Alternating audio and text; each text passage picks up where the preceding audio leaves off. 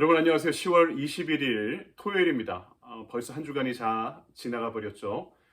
내일부터는 저희 교회는 새로운 예배 장소에서 새로운 시간에 예배드리게 됩니다.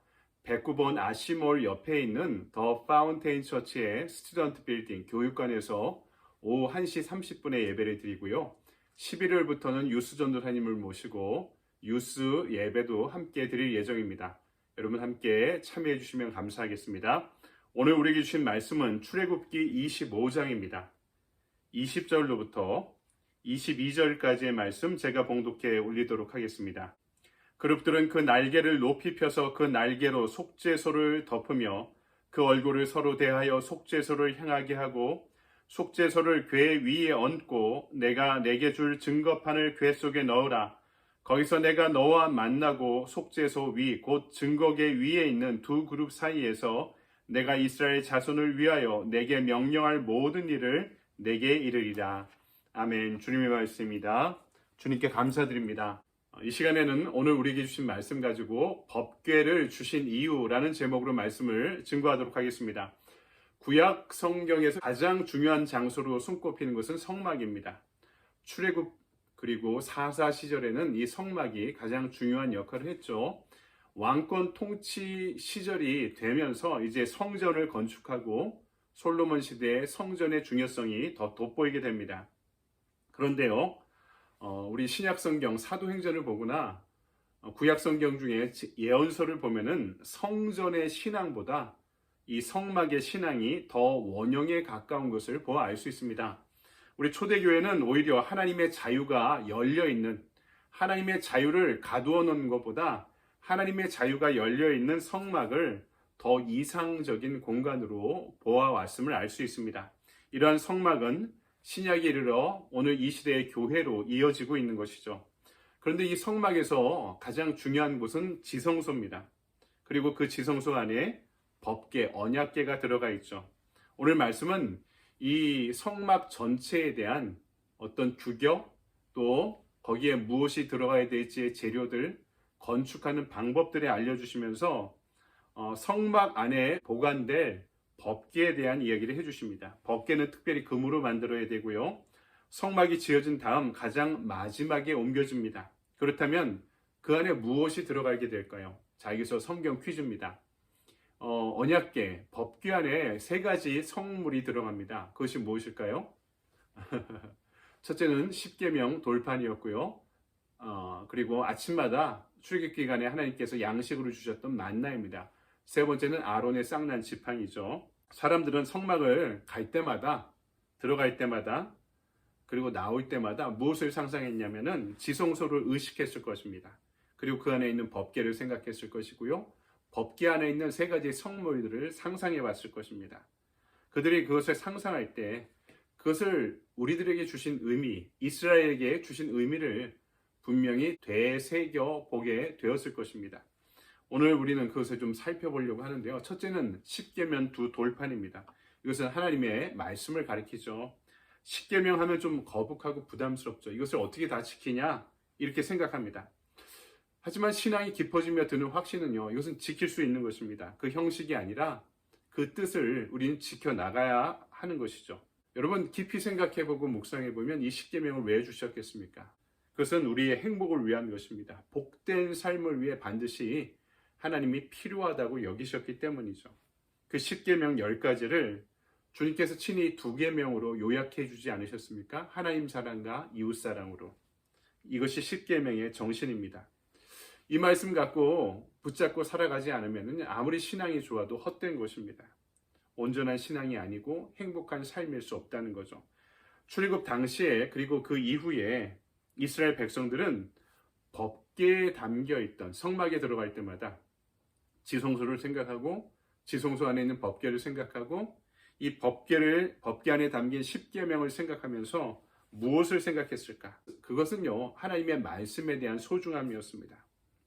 자신들의 조상이 법궤 안에 간직하고 평생 지켜온 이 역사적으로 지켜왔던 그리고 후손들까지 지키기를 강력하게 소망했던 것, 하나님의 말씀, 그 말씀을 존귀히 여기는 태도, 여러분 이것이 바로 출애굽의 정신이었던 거죠. 성경이 십계명의 확대다, 언약법전인 시내산 언약의 정수인 이 십계명의 확대다라고 이야기한다면은 이 십계명은 바로 하나님의 말씀 그 자체를 가리킨다고 할 수 있는 것입니다. 따라서 말씀을 존귀히 여기고 사랑하는 태도가 이스라엘에게는 행복을 위한 필수적인 조건이 되었던 것이죠.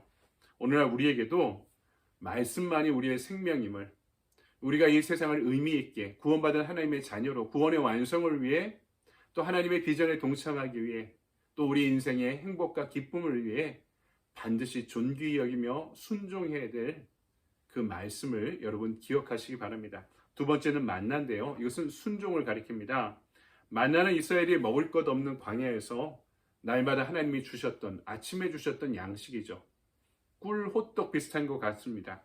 사실 이 법궤 안에 보관하면은 얼마나 이것이 신선하게 보관될까? 나중에 법궤를 열어봤더니 이 법궤 안에 만나와 아론의 쌍난 지팡이는 없어져 버렸습니다. 근데 그럼에도 불구하고 이 만나를 법궤 안에 보관하는 데는 깊은 뜻이 있었습니다. 그것은 만나를 거두는 법칙과 연관되어 있는데요. 매일마다 필요한 만큼 그들에게 주셨던 것이죠. 필요한 만큼만 그들이 수집할 수 있었습니다. 언제나 필요한 만큼만 가지라는 하나님의 말씀에 대한 순종을 의미하고 있었던 것이죠. 그래서 신명기 8장 2절 3절을 보면 만나는 백성들에 대한 하나님의 순종의 시험이었다, 이렇게 말씀하고 있습니다. 말씀 볼까요? 내 하나님 여호와께서 이 40년 동안에 너로 광야의 길을 걷게 하신 것을 기억하라. 이는 너를 낮추시며 너를 시험하사 내 마음이 어떠한지 그 명령을 지키는지 아니 지키는지 알려 하심이라. 너를 낮추시며 너로 줄이게 하시며 또 너도 알지 못하며 내 열조도 알지 못하던 만나를 내게 먹이신 것은 사람이 떡으로만 사는 것이 아니요 여호와의 입에서 나오는 모든 말씀으로 사는 줄을 너희로 알게 하려 하심이니라. 아멘. 만나가 이 말씀에 대한 순종을 의미하고 있는 것이죠. 순종하는 것이 만나를 먹는 것과 같습니다. 아니, 하나님의 말씀 자체가 우리에게 순종을 요구하고 있는 것이죠. 하나님을 예배하거나 주님을 위해 봉사할 때 요구되는 것이 순종입니다. 그래서 아모스 선지자가 이야기하지 않습니까? 순종이 제사보다 낫다. 이 순종에 대한 오해가 있는데요. 하나님이 원하시는 것과 내가 원하는 것을 구분할 줄 아는 것입니다. 잘 생각해 보십시오. 내가 원하는 것을 정당화하기 위해서 하나님의 말씀을, 그것을 가지고 내 생각과 판단과 결정을 합리화하려고 하는 건지, 아니면은 나의 뜻과 정면으로 배치되는 하나님의 말씀이 나온다 하더라도 내 살과 뼈를 깎아 그 말씀을 따르려고 하는 것인지, 말씀을 귀하게 여기는 여러분, 순종의 능력도 함께 갖게 되길 소망합니다. 지금 하나님께서 나에게 순종하라고 말씀하시는 것이 무엇인지 돌아보시기 바랍니다. 마지막은 아론의 쌍난 지팡이. 이것은 구원의 질서를 가리킵니다. 싹이 난 아론의 지팡이의 유래가 있죠. 출애굽 당시 레위 지파 중에 고라 자손들을 중심으로 해서 한 일당이 한 250명 정도를 포섭해서 모세와 아론의 권위에 도전합니다. 쿠데타를 일으키죠. 모세와 아론이 가진 바 능력에 비해서 더 많은 지위와 축복을 누리고 있다고 생각한 것이죠. 자기들도 충분히 그 역할을 감당할 수 있을 것이라 생각한 것입니다. 그러나 그들이 알지 못했던 것은 모세와 아론을 쓰시고자 했던 하나님의 뜻이었던 것이죠. 이들이 영적 분별력이 없었던 것입니다. 나중에 이 고라를 심판하시고 하나님께서 여러 지도자들을 함께 모으십니다. 그리고 그들의 지팡이를 가져오라 하시고 거기에서 쌍난 지팡이가 있으면 그 지팡이를 쥔 사람이 바로 하나님의 지도자다라고 말씀하십니다. 그러면서 모세와 아론의 지팡이에 싹이 난 것을 그들에게 보여주셨죠. 오늘 하나님께서 아론의 쌍난 지팡이의 역할을 누구에게 맡기셨습니까? 그 구원의 질서를 왕성하게 하기 위해서 이 땅에 하나님의 몸된 교회를 세우신 거죠. 교회의 주인은 누구입니까? 주님이십니다. 이를 위해 눈에 보이는 권위에 때로는 순종할 필요가 있습니다. 하지만 눈에 보이는 권위도 그 최종적인 권세는 하나님께, 교회의 머리가 되시는 예수 그리스도께 있다는 것을 잊지 말아야 됩니다. 목회자들은 그 교회를 섬기기 위해 기름 부은 자들이고, 우리의 리더들은 목회자를 도와 하나님의 몸된 교회를 건강하게 세우기 위해 부름받은 자들입니다. 그 최종 권위는 예수 그리스도뿐이십니다. 교회의 머리는 주님뿐입니다. 여러분 말씀을 정리합니다. 오늘 말씀을 보면 법궤를 이 속죄소에 그룹들의 날개가 덮어 보호하고 있습니다. 이것은 무슨 의미를 갖고 있는 것일까요? 우리 인간들은 하나님의 말씀을 지키고 그것을 따르는데 한계가 있습니다. 죄인이기 때문에 그렇죠. 그래서 천사들의 날개가 이 법궤를 보호하듯이 하나님의 은혜로 덮여지지 않으면 안 되는 것입니다. 하나님의 은혜로 그 법궤가 보호받고 있다는 것을 알려주고 있는 거죠. 그 은혜가 우리를 구원하시고 우리를 살리십니다. 그 은혜의 법궤 안에 세 가지는 하나님을 만나고 하나님과 교제하기 위한 가장 중요한 세 가지 요소를 알려주고 있습니다.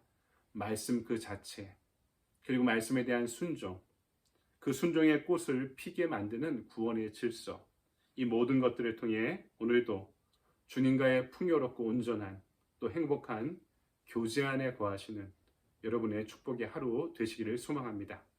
아멘. 적용의 질문입니다. 언약궤 안에 있는 세 가지 성물을 생각할 때 오늘 나에게 그 궤가 어떤 의미를 주고 있습니까? 그 언약의 정신으로 살아가기 위해 오늘 나에게 필요한 것은 무엇입니까? 여기서 중요한 것은 저는 그렇게 묵상을 합니다. 하나님의 뜻을 분별하는 것, 그리고 하나님의 뜻을 분별할 때 따르고자 하는 용기와 결단이 필요한 것입니다. 나에게 주신 말씀을 한 날에 쫓을 수 있는, 그리고 분별하고 확실히 확신한 바에 거할 수 있는 저와 여러분의 하루 되길 바랍니다. 여러분 내일 새로운 예배 장소에서 오후 1시 30분에 같이 뵙도록 하겠습니다. 좋은 하루, 좋은 주말 보내시기 바랍니다. 감사합니다.